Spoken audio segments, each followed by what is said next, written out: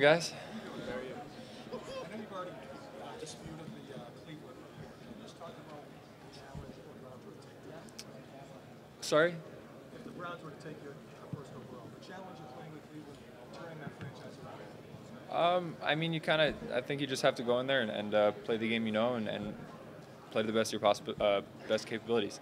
To that report, I don't really know anything about Cleveland. I've never been there. Haven't really talked to their coaching staff yet.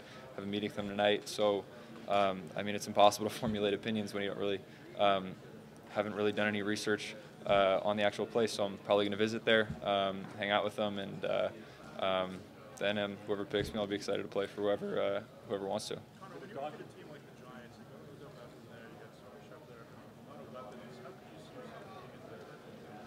How could you see yourself fitting into that type of ball? It's always a benefit to have weapons everywhere. Odell's an unbelievable player. Sterling Shepard also is an incredible player. I think wherever you are, it's always valuable to have some guys you can throw the ball to and put them in a bunch of different places, and they'll grab it wherever the ball may be. Nope, have not. I think I'm the best quarterback here. I think I can diagnose defenses and put the ball where it needs to be and make quick decisions. And I think we're all competitors, and I think every other quarterback should have the same exact belief that I do.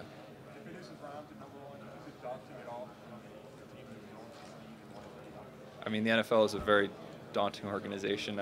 Every team you go to has its own unique set of challenges, and the Browns have a unique set of their own challenges, and every team has their own. So wherever I end up, I'm excited to take on those challenges and hopefully overcome some obstacles. Is there something you did you feel helped especially develop your accuracy, maybe in high school, or what do you attribute your great accuracy? My parents always said that coming into my crib room was always dangerous because bottles would come flying out of nowhere. But I've kind of always had an arm of some sort. Pitching in baseball, tennis, football. That's just kind of a lucky ability I was blessed with. Hey Josh, I know you talked about it, but why did you make the switch from tennis? You were apparently a really good prospect. Why the switch to a game like tennis? Tennis gets pretty lonely. It's an individual sport. All of your friends are your enemies at the same time. Really weird relationship. It's a complex kind of dynamic, and I enjoy the team aspect of football.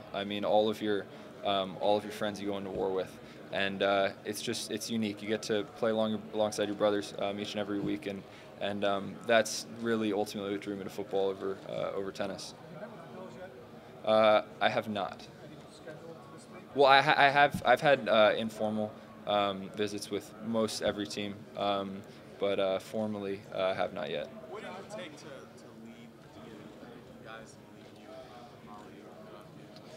you? I think first and foremost, you have to play ball. You have to perform in the field in order to kind of earn that initial respect. But I think leadership is a very personal thing that there aren't really any shortcuts to. It takes time. You have to build relationships, and you have to treat each individual individually. Some guys respond to kicking the butt a little better. Some guys respond to encouragement or an inspiration. Some guys get down on themselves, so you kind of have to help them up a little bit. I don't think leadership is.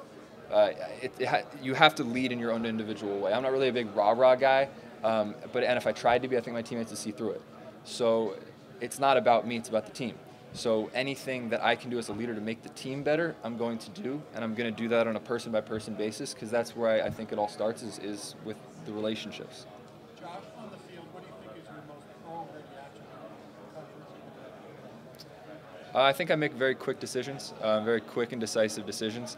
I always say that I think if you can get to 3-4 reads into your progression, you give yourself more opportunities to get the ball down the field. If you're a 1-2 and run guy, and you say throw the ball, 40 times a game, NFL 30 times a game, you're giving yourself, I don't know what, 70, 80 opportunities to get the ball down the field. If you can get into 1, 2, 3, and 4, then you're giving yourself 150, 160, twice as many opportunities to actually push the ball down the field.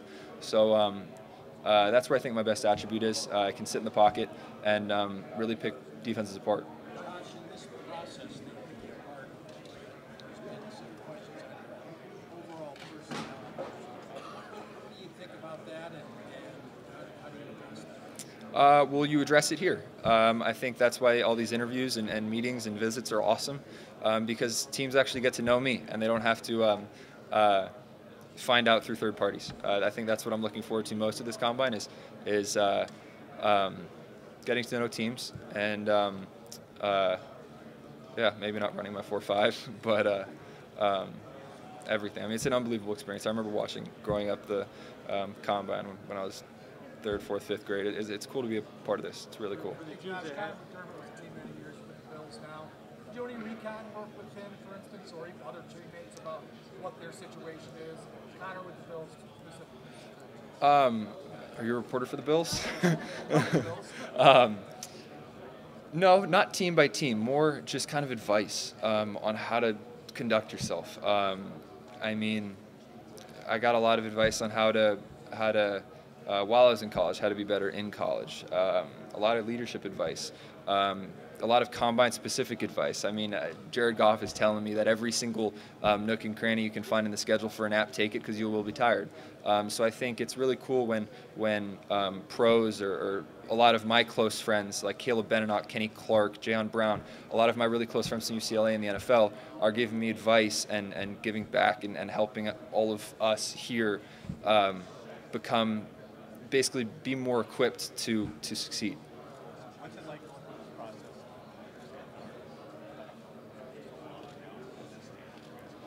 It's awesome. I mean, it's awesome to compete with someone. I mean, he got the better of us the 2 times I've played him at SC, and I won't live that one down, I don't think, ever, and Stanford at that. But it's cool to get out there and compete, and hopefully our names will be side by side as we move forward in the NFL. And I think I wish him the best as he does me. It's a really friendly competition. Until the pads get on, then it's maybe not so friendly. Did you have any hesitation about throwing? No. I mean, ball is ball. We're not really – that's what we do is we throw the football. So coming here, I thought, why not? Josh, if the Giants draft him, they really think it's going to what would be your thoughts of playing behind him, not playing right away, learning to sing, things like that? You know, a lot of questions I actually get from teams are basically like, what's your goal at the end of year 1? What are you trying to accomplish? And I would say my answer to that is to be have my coach completely satisfied with what I've done.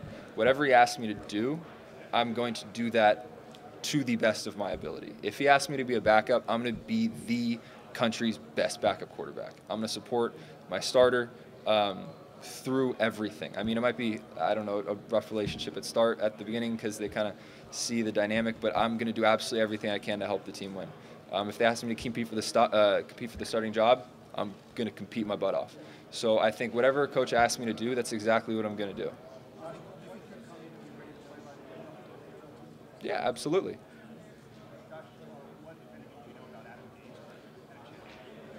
No, I do not think I have yet.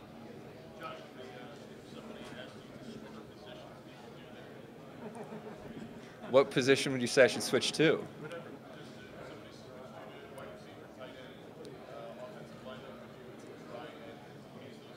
Huh. I like that question. Maybe. I mean, quarterback's pretty fun. I like it a lot. I like being in control of things, so it'd be tough for me to give that up. I really like being able to kind of control everything that's going on the field. I think what would drive me crazy if it was like a game-winning drive or game-winning play, and I didn't touch the ball in some sort. I think that would kind of drive me a little crazy. So I mean, I'd be open to it, but quarterback it's where I belong.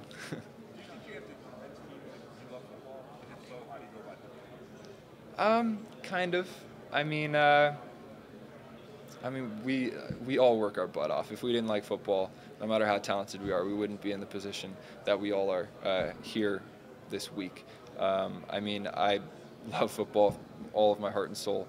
And if I didn't, I just don't think I'd be able to have made it through the grind of college. I mean, football is an unbelievable team sport, and that's what's so cool about it, is that I'm not playing for my own passions or exclusively for my own passions. I'm playing for all of my teammates. So it's cool when you can throw a touchdown at the Rose Bowl and turn to the sideline and see 120 of your best friends all jump in joy. You can see administration and fans that you know personally because you're in class with them. You can see your coaches. You're playing for them, and I think that's what's uniquely cool about football is that it's such a complex sport, and winning a game, winning a championship of any sort, so many things have to go right in order to win that. That's what I think football is so cool, and that's why I love the sport, is because it's really the ultimate team game. No, I think that's why I'm excited to be here. I mean, if teams still questioned my love for the game after this week and after they actually really got to know me, then it might bother me a little bit more. But I think that coaches can really see what I care about. Hey Josh, Cleveland, Buffalo, New York, all East Coast cities that might be running.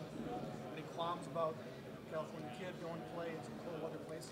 Cold weather actually reminds me of family, because every Christmas we would go back to Philadelphia, and where my grandma stays, and all our aunts, uncles, and cousins would come together, and we'd hang out for a week. So I don't mind the cold at all. That's indoor fire. How about playing on 20 degrees in Buffalo if that were to be the case? I mean, it's football. That's football weather. I think some of the cool shots in the history of NFL and TV are some of those snow games in the Super Bowl with the Patriots and whatnot. I mean, that's ball.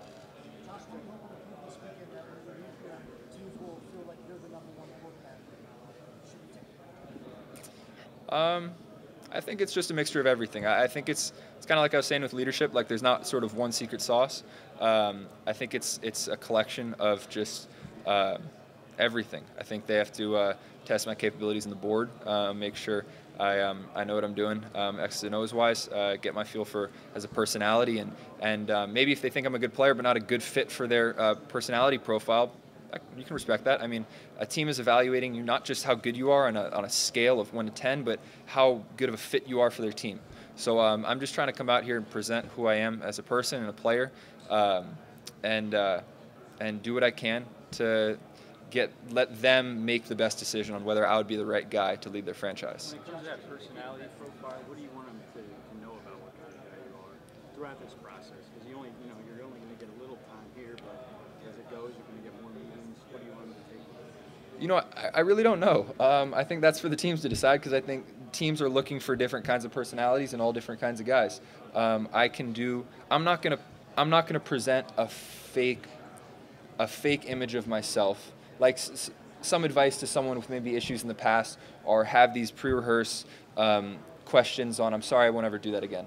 I think that you have to be yourself, you have to be authentic, and you have to show that you've learned and grown over the years. You have to own your mistakes. And I think that that's what I'm trying to show. I'm trying to show who I really am, not who I'm trying to be, because I want them to draft me, not who I don't want them to draft someone they think they're getting and then not to get that guy. So I think that's also what your teammates want, is your teammates don't want a fake shell of yourself. Teammates want you to be you every single day, so that you're that reliable rock that they can count on. Absolutely. I think every single person in this draft should have the same exact answer. How is Josh Rosen today different than Josh Rosen the first game you saw? I think I've learned a lot. I mean, I went 16-0 in high school, won a state title. I've went 6-6 in college. That's my final year before going to the NFL. And I've learned probably a lot more from losses. You learn how to deal with adversity. I've had new coaches every year. You learn how to deal with some guys in the locker room that were bought in but are starting to sell out a little bit, so you have to make sure everyone's together. The ship sails as you go. So I think I've learned how to be that, like I was saying, kind of steady rock through the process. Make sure that your teammates can really rely upon you. Off the field, I've learned how to conduct myself a lot better. I'm not going to change who I am.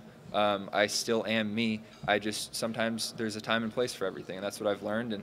And in all these interviews, you have to own your mistakes. I may not have broken the actual letter of the law, but I understand that I have made mistakes in the past, and I have grown from it. And it's a process that never stops. You're never going to become the perfect person, and I think you kind of have to constantly push to become better and better each and every day as a person, as a player, and everything. Thanks, Josh. You're good. Thanks, guys. Appreciate it.